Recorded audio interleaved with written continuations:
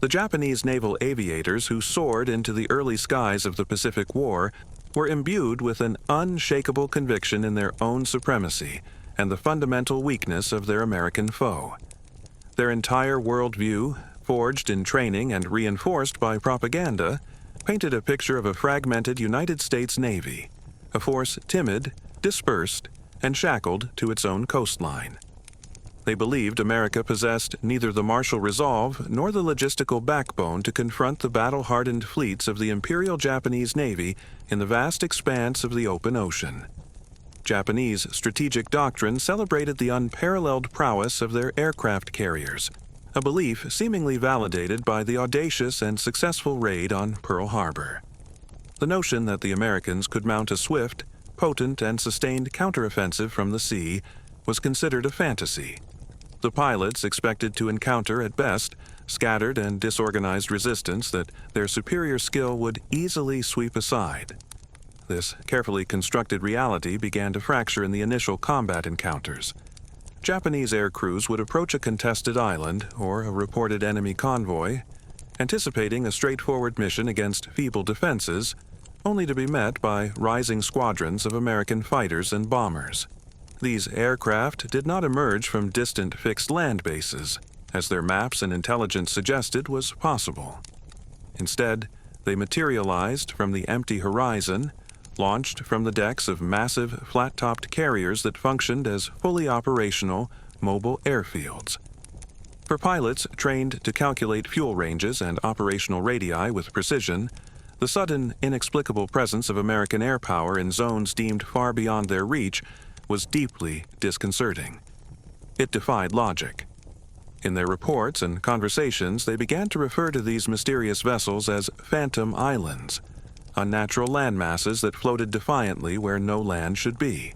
Initially, the high command in Tokyo dismissed these alarming reports from the front lines as the exaggerations of fatigued or overwhelmed air crews. Japanese naval intelligence had provided a firm and, they believed, accurate assessment of American carrier strength, concluding that the United States possessed only a limited number of such vessels. The strategic calculation was simple and seemingly sound. These few remaining American carriers could be systematically hunted down, engaged, and sent to the bottom of the Pacific one by one. By eliminating them sequentially, Japan could establish and maintain absolute air and naval supremacy in any theater of operations it chose. This was the core of their decisive battle doctrine. However, as the war progressed through the grueling months of 1942, this comforting illusion evaporated with brutal speed. Japanese aviators who had engaged in fierce combat against one powerful American carrier task force in the Coral Sea would be redeployed to another sector, hundreds of miles away, only to find an equally formidable group of carriers already waiting for them. It seemed to make no strategic sense. No matter how many tactical victories they claimed, no matter how many enemy ships they reported damaged or sunk, new American carrier groups continuously materialized to fill the void. A pervasive and frustrating question began to circulate among the pilots in the ready rooms and on the airfields. Just how many of these floating airfields do the Americans actually have? The physical characteristics and operational capabilities of these American carriers themselves left an indelible and daunting impression. Japanese pilots, accustomed to their own carriers which, while effective, had smaller flight decks and more limited aircraft capacity, were stunned by the sheer size, robustness, and relentless efficiency of the American flat-tops. These ships were veritable floating cities of aviation. They carried significantly larger air groups, could launch and recover aircraft at a breathtaking tempo, and maintained this punishing operational rhythm even in adverse sea conditions. Veteran aviators recalled with a sense of awe and horror watching as waves of American fighters, dive bombers, and torpedo planes seemed to pour forth from the carrier decks in an endless, regenerative stream. The psychological impact was crushing. For every American plane, a Japanese pilot managed to shoot down in a dogfight. Two more appeared to take its place, rising from the ocean's surface as if summoned by magic. Further compounding the shock was the Americans' masterful use of integrated task force tactics. While the Japanese often operated their carriers in smaller, sometimes isolated groups, the Americans perfected the concept of the carrier battle group, a symbiotic naval organism where multiple carriers were surrounded by concentric defensive rings of cruisers, destroyers, and battleships. This layered defense created a lethal gauntlet. To even attempt an attack on the prized carriers, Japanese pilots first had to run a harrowing gauntlet of long-range combat air patrols, CAPs, of Hellcat and Wildcat fighters, then brave a storm of medium-altitude anti-aircraft fire from the escorting cruisers, and finally, if they survived that far, face a point-blank wall of flak from the destroyers and the carrier itself.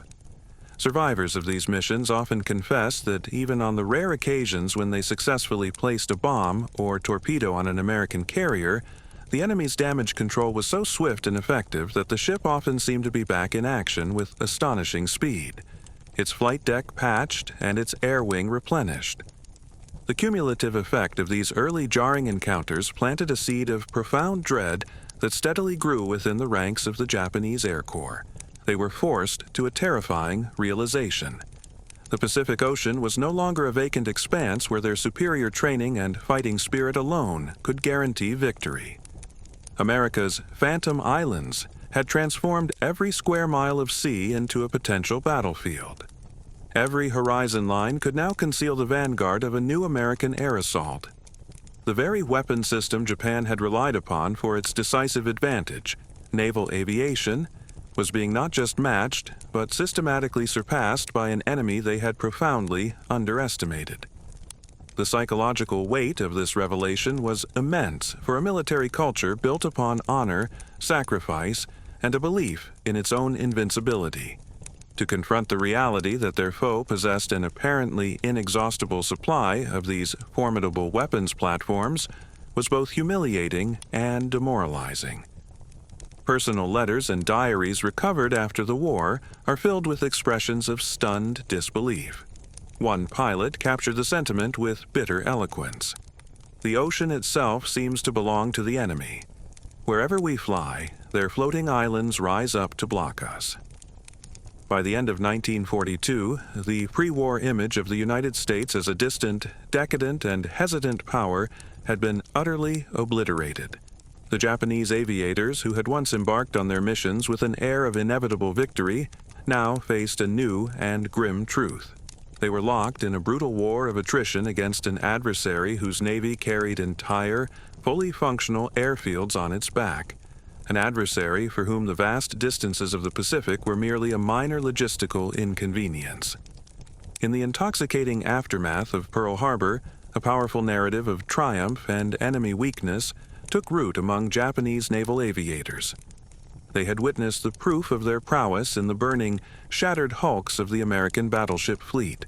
In their minds, and in the official briefings from Tokyo, the surprise attack had delivered a knockout blow, crippling American naval power in the Pacific for years to come. The United States was portrayed as a demoralized giant, reeling from the blow and lacking the industrial capacity or the will to rebuild swiftly. The fact that the American aircraft carriers had been absent from Pearl Harbor that fateful day was noted, but not considered a major strategic setback. Japanese intelligence assured the military that these few remaining carriers were known quantities, and they would be hunted down and destroyed in short order, completing the victory.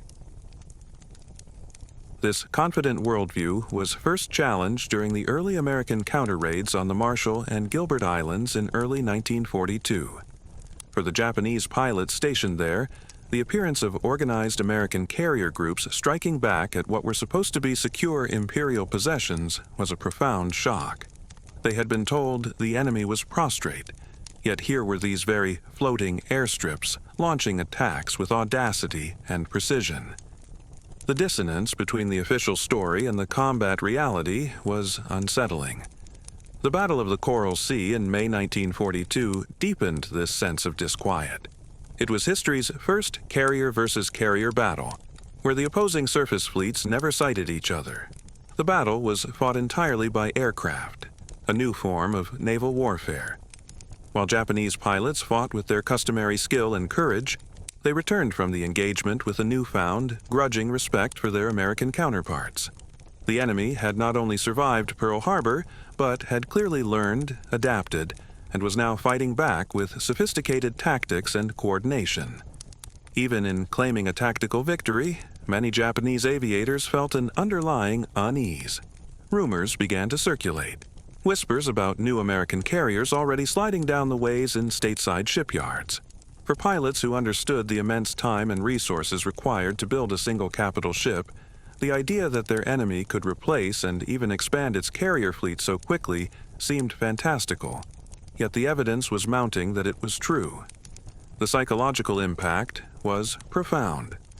The Japanese had intended Pearl Harbor to be the war's decisive moment, but in a tragic irony, it had forced the United States to pivot entirely to a new kind of naval warfare, one built around the aircraft carrier. The surviving American flat tops became the nucleus of a new, agile, and overwhelmingly powerful fleet. Japanese pilots, who had once looked down upon American aviation, now found themselves in deadly duels with opponents whose skill and numbers were growing with each passing engagement. The letters from this period reveal a growing dread. One pilot wrote of a disquieting sense of déjà vu, noting, "Wherever we go, the same flat-topped demons appear. We sink one, and another takes its place." This was not mere hyperbole. It was the dawning awareness of a fundamental miscalculation. Japan had bet on a short war decided by a single, crushing blow. But Pearl Harbor had, in fact, ignited an industrial firestorm that would soon consume them. The struggle for Guadalcanal, beginning in August 1942, served as the brutal crucible where Japanese illusions were melted away in the heat of continuous combat. The Japanese aviators flying over the slot and the waters around that disease-ridden island were initially confident. They were veterans of earlier victories, steeped in the belief that their superior training and the legendary Mitsubishi Zero fighter would once again secure a decisive victory. Yet, Guadalcanal became a nightmare of persistence. American air cover over the island and its vital airstrip Henderson Field was unrelenting. At first, Japanese pilots attributed this to hidden land bases, but reconnaissance soon revealed the terrifying truth. A powerful fleet of American carriers was operating just beyond the horizon, acting as a mobile, unsinkable airbase that ensured a constant stream of aircraft to the battlefield. The Japanese launched wave after wave of attacks against these American task forces. The stories brought back by surviving pilots were tales of surreal frustration and immense sacrifice. They spoke of fighting through seemingly impenetrable screens of Grumman wildcats, then braving a hellish storm of anti-aircraft fire from the escorting destroyers and cruisers, only to score a hit on a carrier and later learn it had survived. Its flight deck patched and was back in action within days. The analogy one exhausted aviator made became legendary. The American carriers are like weeds. They spring back no matter how often we cut them. What truly eroded Japanese morale was the Americans' flawless operational rhythm. Their carriers operated as part of a seamless, integrated system. While Japanese logistics were strained to the breaking point, with fuel shortages and a dwindling supply of replacement aircraft and pilots, the American fleet seemed to operate with inexhaustible resources. They had perfected a rotating system where battle-damaged carriers would withdraw to be replaced by fresh ones, all supported by a vast armada of oilers, supply ships, and repair vessels that stretched all the way back to the American West Coast. For the Japanese aviator, flying from a beleaguered base at Rabaul on short rations and with failing equipment, this disparity was both demoralizing and incomprehensible. They were fighting at the very edge of their endurance, while their enemy seemed to be fighting with the resources of a continent behind them. By the time Japan abandoned Guadalcanal in early 1943, the lesson was seared into the consciousness of every surviving pilot. America's Phantom Islands were not a temporary anomaly. They were a permanent and dominant feature of the new Pacific battlefield. The ocean was no longer a Japanese lake, it was an American chessboard, and the queens on that board were the carriers. every horizon now held a potential threat. The confidence of the early war was replaced by a grim fatalism. Guadalcanal was not just a lost battle for an island, it was the moment the Japanese Naval Air Arm realized it was fighting a war it could not win through conventional means. The sheer industrial might that underpinned the American carrier fleet was a force the Japanese pilots could scarcely comprehend, yet its effects were the constant, terrifying reality of their daily existence. In their ready rooms, they would speculate about the true number of American carriers, clinging to the initial intelligence estimates that suggested a limited force. The war, however, revealed a far more terrifying truth. The United States could not only replace lost carriers, but was, in fact, expanding its fleet at a rate that defied all Japanese understanding of shipbuilding.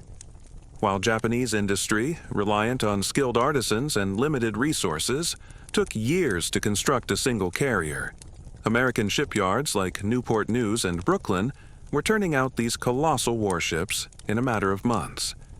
This was the hidden front of the war, a battle of production that Japan had already lost before the first shot was fired. The seemingly endless appearance of the same carrier silhouettes on the horizon was not an illusion. It was the direct result of assembly line techniques applied to warship construction on a scale the world had never seen. This industrial disparity extended to every facet of the war. Japanese pilots noticed that their own carriers, once damaged, were often out of the war for months or lost forever. American carriers, by contrast, possessed an almost supernatural ability to recover. A flat top reported sunk by jubilant pilots would be encountered again months later, fully operational. Another, seen burning and listing after a kamikaze hit, would be seen weeks later with a patched deck, launching aircraft as if nothing had happened. This resilience was demoralizing. It gave rise to the haunting analogy that the American fleet was a hydra. Cut off one head, and two more would grow in its place. The most palpable expression of this industrial dominance was in the air. Japanese carrier air groups shrank with each battle, and their highly trained veteran pilots became irreplaceable losses. American carriers, however, not only carried larger air groups, but seemed to have a bottomless well of replacement aircraft and pilots from which to draw. A pilot could fight a brutal battle, claim multiple kills, and return to the same sector a week later to find the enemy's air strength undiminished. "We fight shadows," one despondent Japanese aviator wrote in his diary. "No matter how many we destroy, more appear, as if conjured by the factories across the ocean." By 1943, the myth of Japanese individual superiority was being crushed under the weight of American industrial output. The courage and skill of the Japanese pilot were undeniable, but they were being systematically consumed by a war machine whose scale and efficiency were beyond their imagination. The long, grinding campaign across the Solomon Islands archipelago served as a relentless demonstration of American material superiority and tactical adaptation. For the Japanese aviators, places like Bougainville, New Georgia, and Vella La Vella became names synonymous with attrition and futility. They flew mission after mission, their ranks thinning with each sortie, yet the American carrier presence remained constant and overpowering. The letters and diaries from this period are filled with a deep and pervasive despair. One pilot compared attacking the American task forces to trying to cut the wind with a sword. Another wrote bitterly of the enemy carriers being like mountains drifting on the sea. They never sink, and they never leave. The Solomons campaign highlighted the fatal weakness of Japan's position. It was losing its most valuable asset, its veteran pilots, at an unsustainable rate. The fresh-faced replacements arriving from the training schools in Japan were brave, but hopelessly outmatched by the ever-improving American naval aviators, who were now benefiting from superior aircraft like the F-6F Hellcat and a wealth of combat experience. The Japanese were caught in a vicious cycle.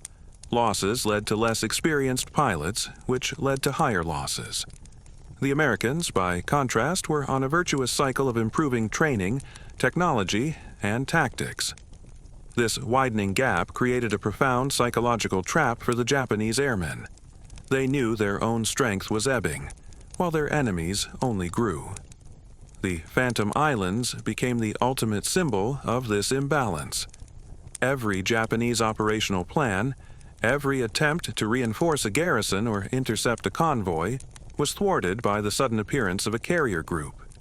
Even in rare moments of tactical success, the strategic picture remained unchanged. The Americans simply absorbed the losses, learned from the engagement, and returned with renewed force. The myth of American fragility was now completely dead, replaced by the grim acknowledgement of their relentless, industrial age persistence. The Solomons became a graveyard for Japanese hopes, where the dream of victory was buried under the shadow of carriers that never ceased to appear. The Battle of Midway in June 1942 was the single most dramatic and shattering demonstration of the new American carrier dominance. For the Japanese naval aviators, it was not merely a defeat, it was a catastrophic event that broke the core of their strategic confidence. Pre-Midway, the Japanese carrier force was the undisputed master of the Pacific, the instrument with which they had built their empire. The plan was to lure the remaining American carriers into a trap and annihilate them, securing total victory. Instead, the battle unfolded as a perfect storm of American intelligence, courage, and timing. In a matter of minutes, dive bombers from the USS Enterprise and Yorktown transformed the pride of the Japanese fleet. The carriers Akagi, Kaga, Soryu, and Hiryu into infernos. The psychological shock for the survivors was absolute. The very foundation of their naval power had been wiped out in a single, stunning blow. Many pilots and commanders initially refused to believe the reports, convinced that the Americans must have committed a far larger number of carriers than was possible. Midway revealed that the U.S. Navy was not a wounded animal waiting to be finished off, but a cunning and lethal adversary capable of delivering a decisive counter-punch. The battle instantly transformed the strategic landscape. The Japanese were forced onto the defensive, and every mission flown thereafter was shadowed by the memory of that loss. The old, unshakable confidence was replaced by a new and cautious fear. The Americans had not only matched their carrier power but had proven they could wield it with devastating effect. Midway was the irreversible turning point, the moment the Japanese aviators understood that the tide of the war had fundamentally and irrevocably turned against them.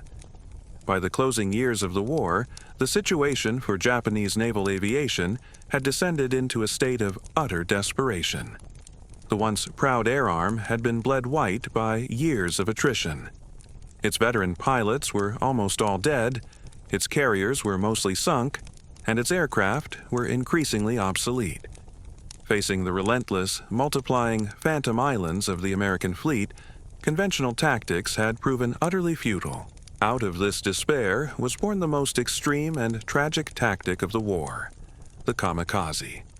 The decision to employ suicide attacks was a direct, if terrible, acknowledgement of American carrier dominance. Japanese commanders and pilots alike recognized that their dwindling forces could not penetrate the layered defenses of the American task forces through conventional means.